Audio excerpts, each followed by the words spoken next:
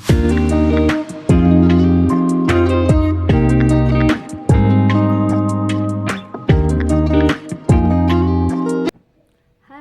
Assalamualaikum warahmatullahi wabarakatuh. Bagaimana kabarnya teman-teman? Oke, izin perkenalkan diri, nama aku Rosa Amalia dari Bimbingan Konseling Islam Buya Sultan Maula Hasanuddin Banten, semester 5. Salam kenal ya semuanya. Oke, maksud dan tujuan aku itu untuk melakukan asesmen. Oke, jadi asesmen yang aku pakai pada kali ini yaitu asesmen DCM. Oh ya, sebelum teman-teman ada yang udah tahu belum DCM itu apa? Oh, teman-teman belum ada yang tahu ya DCM itu apa? Kalau begitu, izinkan aku untuk menjelaskannya ya teman-teman. Jadi DCM itu daftar cek masalah, yaitu daftar yang berisikan pernyataan-pernyataan mengenai suatu masalah yang diasumsikan. Nah, biasanya masalah ini diambil individu dalam tingkat perkembangan tertentu.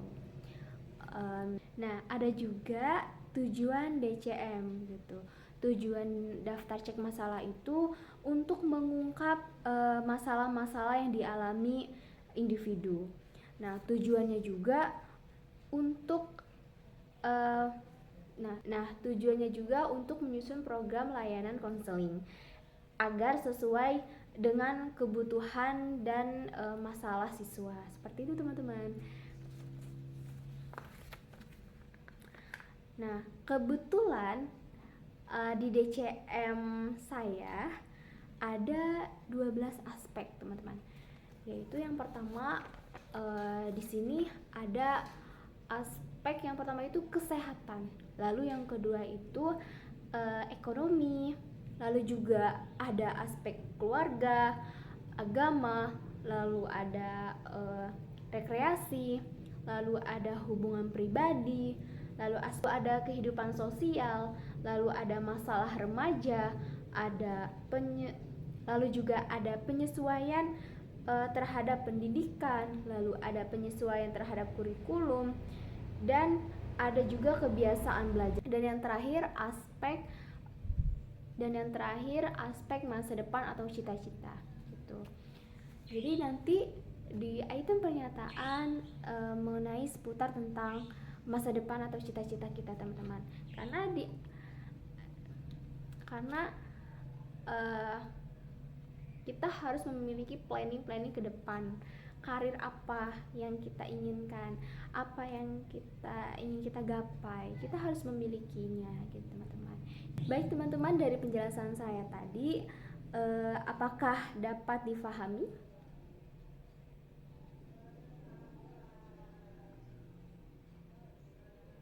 Alhamdulillah jika teman-teman sudah memahaminya.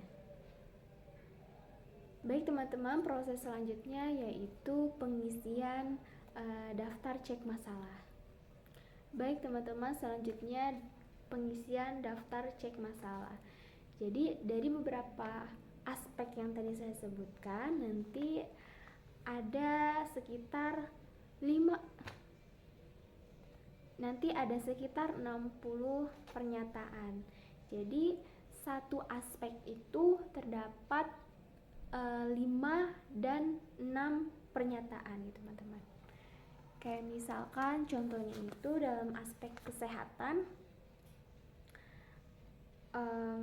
aku sulit tidur gitu teman-teman.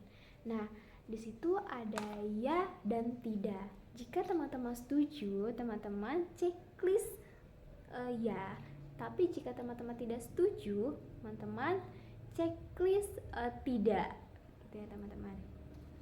Nah, baik, jika teman-teman sudah paham, saya izin membagikan daftar cek masalahnya ya. Silahkan teman-teman isi. Saya berikan waktu 10 menit untuk mengisinya. Tapi sebelum kita mengisi, alangkah baiknya kita berdoa terlebih dahulu. Berdoa dimulai sesuai dengan kepercayaannya masing-masing. berdoa selesai. Teman-teman silakan untuk mengisi daftar cek masalahnya lewat Google Form. Silakan dibuka HP-nya. Teman-teman semuanya memegang HP kan? Oke. Selamat mengerjakan. Oke teman-teman, karena waktunya sudah habis, 10 menit sudah lewat. Saya ucapkan terima kasih kepada teman-teman yang sudah mengisi Google Form. Semoga bermanfaat. Minggu depan insya Allah kita ketemu lagi. Minggu depan kita ketemu lagi untuk memberikan hasil pengelolaan daftar cek masalah. Gitu. Hai semuanya, kembali lagi sama aku. Di kali ini aku akan membagikan hasil dari daftar cek masalah kemarin yang kalian isi di Google Form. Inilah hasilnya. Oke teman-teman, ini adalah tabulasi. Nah, ini adalah hasil dari analisis individual. Nah, dari mana 100% ini? Yaitu dengan cara penghitungannya dari NM per N kali 100. Nah, persen ini diambil dari NM. Nah, NM itu jumlah yang memiliki masalah gitu. Nah, diambil dari sini teman-teman. Dari sini. Dan hasilnya jadi kita ambil sampel dari inisial DIN, yaitu persennya 67%. Nah, dari aspek kesehatan ini dia NM-nya itu jumlah yang memiliki masalahnya itu 4 teman-teman itu. Jadi 4 NM ini per N dikali 100 gitu teman-teman. Jadi hasilnya 67%. Nah, predikatnya 60% itu kita bisa lihat di sini. Salah satu contohnya dari inisial indi ini sangat bermasalah gitu teman-teman. Sama saja rumusnya jika kita ingin mengetahui tingkat masalah individu tersebut gitu. Dari aspek kesehatan, keadaan ekonomi, sampai masa depan atau cita-cita gitu.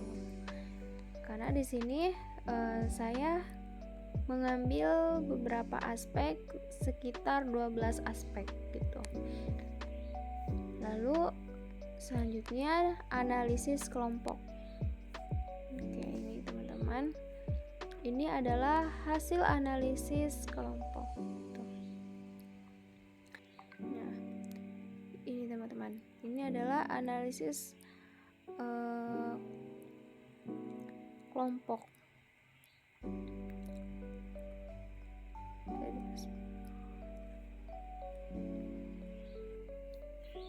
Nah, kalau misalkan analisis kelompok itu penghitungannya, rumusnya yaitu NM dikali MN gitu. Lalu dibagi dari hasil N dikali M gitu. Nah, setelah itu dikali lagi 100. Contohnya seperti ini.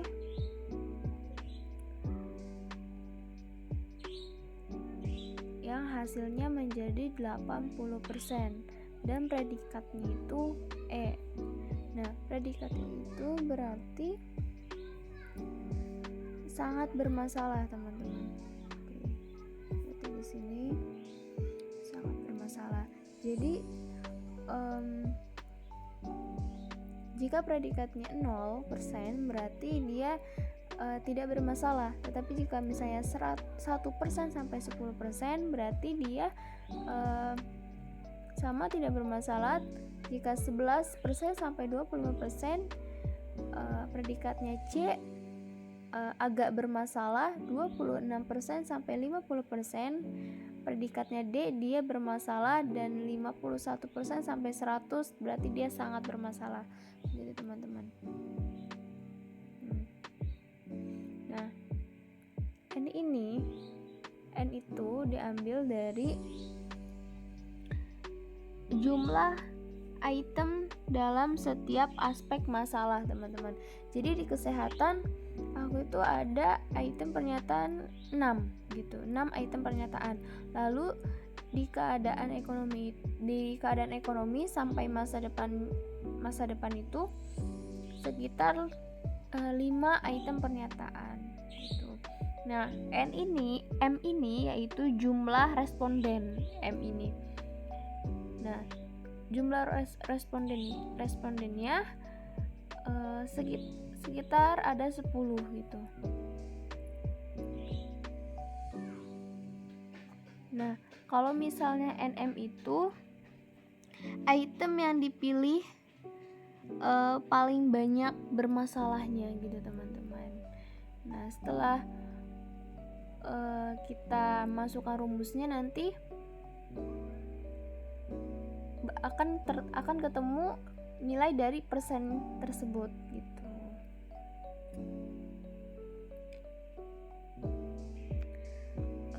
Mungkin ini yang hanya bisa saya sampaikan dari tabulasi beberapa analisis ya. Oke, selanjutnya yaitu kita ke program.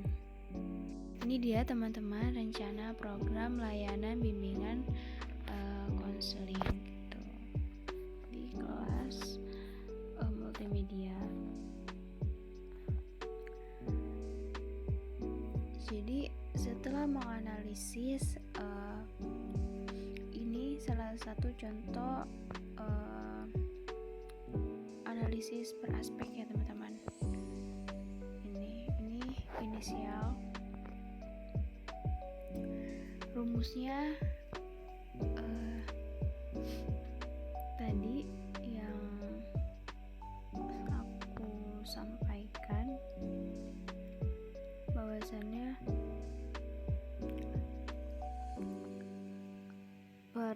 presentasinya itu N, M, lalu dibagi N dikali 100% gitu. NM itu aku ulangi lagi, itu adalah jumlah dari, untuk penghitungannya tadi yang aku sempat jelasin di awal sama gitu. Jadi untuk penghitungan presentase itu NM lalu dibagi N dikali 100%. NM itu jumlah item yang menjadi masalah individu dalam setiap topik ini ya teman-teman. Nah, yang N-nya itu item pada topik masalah tersebut, yang ini gitu. Nah, di sini itu kriterianya ya teman-teman, berarti sangat bermasalah gitu. Sebetulnya yang D ini juga sudah bermasalah, cuman yang aku merahin ini, yang aku tandain ini masalahnya berat gitu, yang berat. Nah, ini tuh hasil dari pengelolaan daftar cek masalah yang kelompok ya teman-teman gitu. Nah, rumusnya itu NM kali MN gitu. Lalu dibagi N kali M dikali 100%. Nah, N ini aku ulangi lagi, yaitu jumlah item dalam setiap aspek masalah. Yang M-nya ini sebelahnya jumlah responden gitu. Responden yang mengisi berapa gitu. Di sini jumlahnya itu 10 gitu kan. Yang NM-nya jumlah item yang dipilih paling banyak atau paling bermasalah gitu. Dari responden dari sini. Nah, kita lihat dari sini teman-teman. Dari sini. Nah, di sini N-nya itu 6. Nah, otomatis dari di sininya juga 6 gitu ya teman-teman. Lalu MN-nya ini jumlah responden yang memiliki atau masalah. Baru tadi teman-teman kita lihat dari bawah ini gitu. Dari bawah sini sampai seterusnya gitu. Nah, predikatnya itu dia ya teman-teman, di sini lumayan banyak yang memiliki masalah gitu, paling berat gitu. Gitu. Nah, setelah itu dari 12 aspek kita kerucutkan menjadi beberapa, menjadi program gitu teman-teman. Evaluasi dari hasil data cek masalah tersebut gitu. Program apa yang bisa kita ambil dari masalah-masalah yang sudah kita analisis gitu. Jadi aku menyimpulkan dari semua 12 aspek itu kita bisa membuat program dari pribadi, sosial, belajar, dan karir. Di sini aku pribadi. Nah, pribadi tujuan layanan itu meningkatkan kesehatan mental, gitu kan.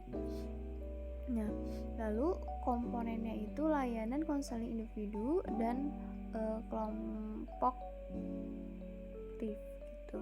Lalu strategi layanan kelasnya itu workshop dan diskusi. Lalu sasarannya seluruh siswa. Di materinya aku mengambil materi kesehatan mental dan fisik. Lalu metodenya itu diskusi gitu. Medianya yaitu presentasi. Nah, evaluasinya di sini kuesioner sebelum dan sesudah. Lalu bidang layanan selanjutnya itu sosial. Nah, sosial ini meningkatkan hubungan keluarga yang harmonis. Lalu di komponen layanannya itu konseling individual dan kelompok. Nah, strateginya yaitu sesi konseling. Sasarannya itu siswa bermasalah dengan keluarga. Lalu materinya kita ambil dinamika keluarga. Nah, metodenya konseling diskusi. Lalu medianya buku atau artikel. Dan evaluasinya yaitu kita ambil dari feedback dari siswa. Lalu yang keempat itu belajar gitu. Membangun pembelajaran yang efektif gitu layanan.